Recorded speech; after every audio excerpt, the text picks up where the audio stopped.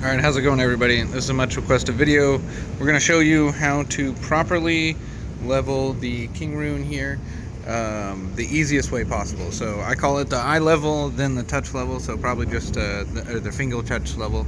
The first thing that you're going to do once you get it set up, out of the box, you're going to want to tighten this down some. So I've already tightened this down, and that's because you want your spring tension to be nice and tight. You want this to be pretty hard to compress. You know, you don't want any jiggle out of your bed. So if your bed kind of jiggles back and forth, then you want to make sure that your spring tension is tighter, and you'll get that by lowering this down. So on your main screen, we're going to go to leveling, and we're going to hit the first point, and the printer will then go to one of these 4 different points. And what we're going to look for is just the first visible gap in between that nozzle and the print bed. So you're going to want to make sure your nozzle is clean. Use some clippers to clip off the end of it there. We can see the end stop touching on that screw. So that is 0 for where the nozzle is going to set. So you can tighten this too much, and then your springs won't be able to get low enough. But yeah, what we're looking for is just a visible gap. So right there, I can just barely see it. That's pretty much what we want. That could be a little too close actually, but that's probably pretty close. So we're looking, see that? Looks like it's touching. So I'm gonna tighten it. Yeah, right about there. I can just see through it. So now we'll go to the third point.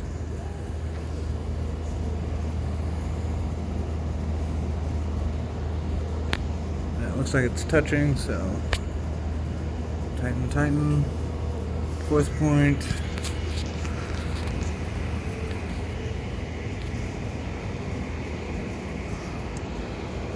And that actually does have just a little bit of a gap. It's a little fuzzy there. But okay, so once you have that, so that's the first step in leveling. It's not leveled and completely ready to start a regular print yet, but you're on the first step. So next step is we're going to load a leveling print file. So you'll get your SD card and you'll put it in your adapter, put that in your computer, or straight in your computer if it does that, and you'll come into your screen. And if this is your first time loading up Cura, it will pop up with add a new printer like this. You'll go to non-network printer, you'll scroll down to KingRoon, and you'll select the KP3S, and you'll select add, and you'll just click add again, and that will bring you to here. So when you're here, you can go up to marketplace, and you can, so here at the top, you'll scroll down a little bit, and feel free to look at other ones and read what they do. There might be some other interesting ones that you like, but you can click install on the calibration shapes. Once it installs, you'll agree to a little thing, and then it'll tell you to restart or quit Cura. So you'll turn off Cura, you'll turn it back on, and then over here in extensions, you'll have this parts for calibration. So here are a bunch of 3D prints that will help calibrate your printer, and I highly encourage you to print as many of these as possible so that you get a better understanding of how your printer will print and the settings needed to do that. But the one we're going to use today is add a bed level calibration. So boom, got a bed level calibration, and this will work here, but I'm going to go ahead and make it a little bit bigger. So, you know, the print bed of the KingRoon is about 175, 180, so we'll do like 150. And we can see that that makes it nice and big now. And then over here on this side, like I said, if you just got it a KingRoon, if you click on this, it'll come up to the simple side, and this is kind of okay, and you can do this, but it's preferred that you just go ahead and open this, and you open all of these little tabs here so that you can see the different settings. And the most important one will be kind of like the brim and build plate adhesion.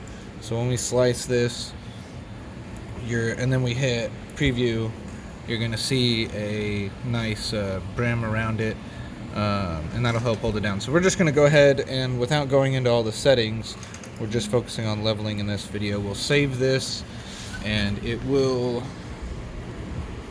come out here, and then we will put that in over here. Now we'll go to, and since we don't have any filament in here, we're going to preheat it to 200, 210, somewhere in this range. 190 to 210 is good to preheat it. And since we're about to start printing, I'll go ahead and preheat the bed so that they warm up really close to each other. Today we're going to be using a silk pink. I thought this would kind of contrast the gold plate really good. This is a spring steel PEI sheet. I may or may not have an affiliate link in the description if you're wanting one of these. This is definitely much more preferred over the stock sheets. The stock sheets tend to have filament get stuck to it a little easier. You can easily put impressions on it and damage them. These are actually all the clean ones. While this is warming up, I'll show you. Here's all the the damaged ones I have that are, you know, marred. Prints just totally stuck to them that I can't get off. So you can tell I've had a few of these, and I've used them. But yeah, now we're just taking them off and just using this. Okay, so our temperature is up, and we will now put this in. And this would be the time where if I had someone to hold the camera, it would be useful. Let's see if I can do this. There you go. So someone's gonna hold the camera for me for a second. Say hi. Hello.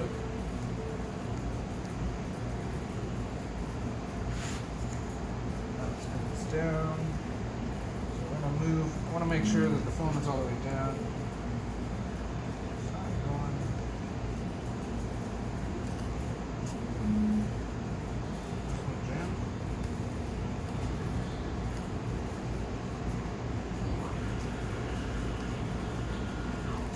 Let me see.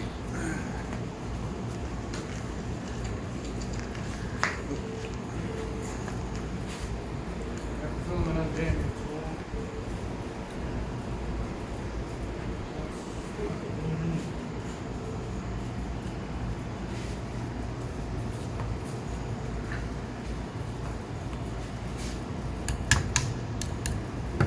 Did you preheat it?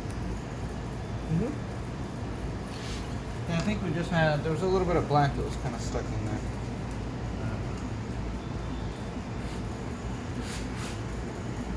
Yep, now it's working. Yeah, we just had a little bit of black that had been in there a while, so you can get a filament unjamming tool like this and use it to tap down, and it'll work really well. So now we'll start the print here. Thank you for holding the camera.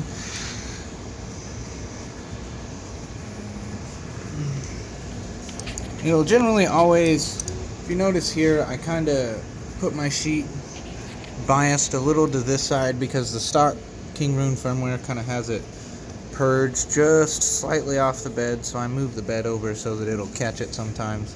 That way, if the bed catches it, it doesn't kind of stay on the nozzle and then end up following it over into the print area. Okay, so what you're looking for on this is obviously you want to make sure it's stuck. So you can visually see if it's on the print bed or not, right? And then the next thing you're going to want to look for is when this is making multiple passes and it's doing that brim, you want each piece, each line to be flat up against it, and you want them to be tight up against it. You don't want to see lines in between each layer, each round that it does. You want them to be flat, and you don't want to see it squished or pushing up or anything like that.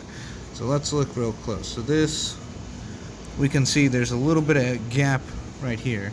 So we probably want to raise this just a little bit. And what I just did here, this is what I call the finger test. If you can put just a little bit of your finger pressure over the print and it not come up, then you're probably good. So this would be acceptable. It passes the finger test. It'll probably print just fine. But because there's just a teeny bit of a gap, I'm going to raise the bed just a smidgen there. I'm going to raise the bed just a little bit here too. But this is perfect. That's pretty much what we want. That's not too smushed, and it's pretty dang close. It might be slightly on the smush side, but I think slightly on the smush side is a little bit better. And I mean slightly. You don't want to go too far, because when you go too far, it's definitely too much, and that can cause problems. It can cause, what was it? Yeah, you know, your actual print dimensions to be wrong. So you don't want that.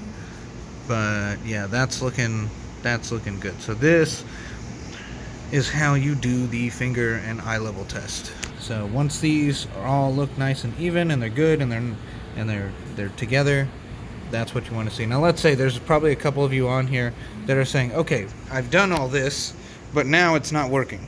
It's still, even though it looks perfect and there's no gap, and I've done this 3-4 times and it's coming up, what do? What's next? You want to clean this with some alcohol. So if you've been using it for a little bit, or something, the brand new ones should just stick and work perfectly. But over time, the oils on our fingers and stuff, when you're touching this and you're grabbing stuff off this, it'll eventually build up, or you might have something else on your finger or whatever.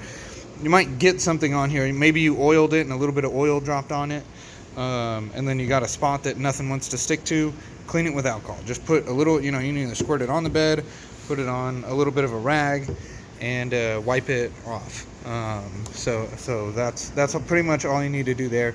You could use glue on one of these, but I found that 98% of the time you don't need to use glue. There's only been a few times when something hasn't stuck, and then I've used alcohol and cleaned it and it still wasn't sticking, and I decided to use glue just for the sake of time, and that ended up working. So that's pretty much it. This will keep going for about 7 or 8 minutes, but I think we got the gist of this. Let me know what you think of the little sticker here. I've had a couple people now request some of these for their printer, and they've been telling me the names of their printer. So one guy out there has got Rooney as a printer. We've also got Michael Jr. What's your other KP3S's name? Trey? Yeah, so we got a Trey. So if you've named your KingRoon, comment its name down below, or if you're gonna name it after seeing this, comment some names, or give some good names that other people could use. I haven't named too many of mine, but I think that'd be cool to kind of actually individualize them some. But yeah, we are gonna start doing more stickers and merch if you wanna rep the brand, and if you think our videos are useful and helpful. So thanks guys, have a good day, and hopefully this helped you level your KingRoon just a little bit better, and you'll have a much better experience out of it. But remember, you want that spring tension nice and tight.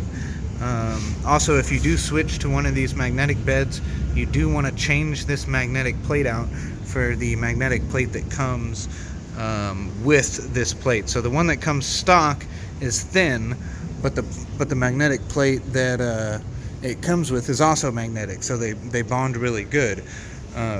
But these new sheets will come with a new magnet that's twice as thick as what's on the bed, and it'll stick this even better. And this is okay even with a thinner one, but some bigger, heavier prints might even stick to the bed so good, but then the bed will wind up warping and causing an issue. So if you have that bigger magnet, it'll work better.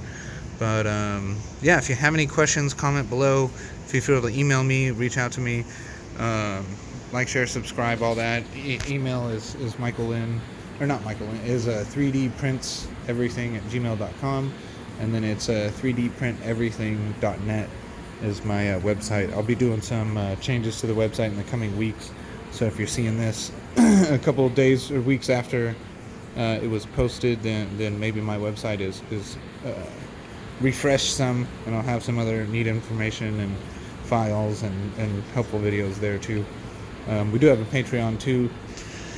I don't know if I'll have links to that there. I'm still kind of working on becoming a better content creator. But yeah, if you want to support us more and help us, get through the recession and do good videos and help other companies, startups become successful, I'd love to help in any way possible. So have a good day, guys. I rambled too much. Looks like a Target. It's kind of cool. All right, later.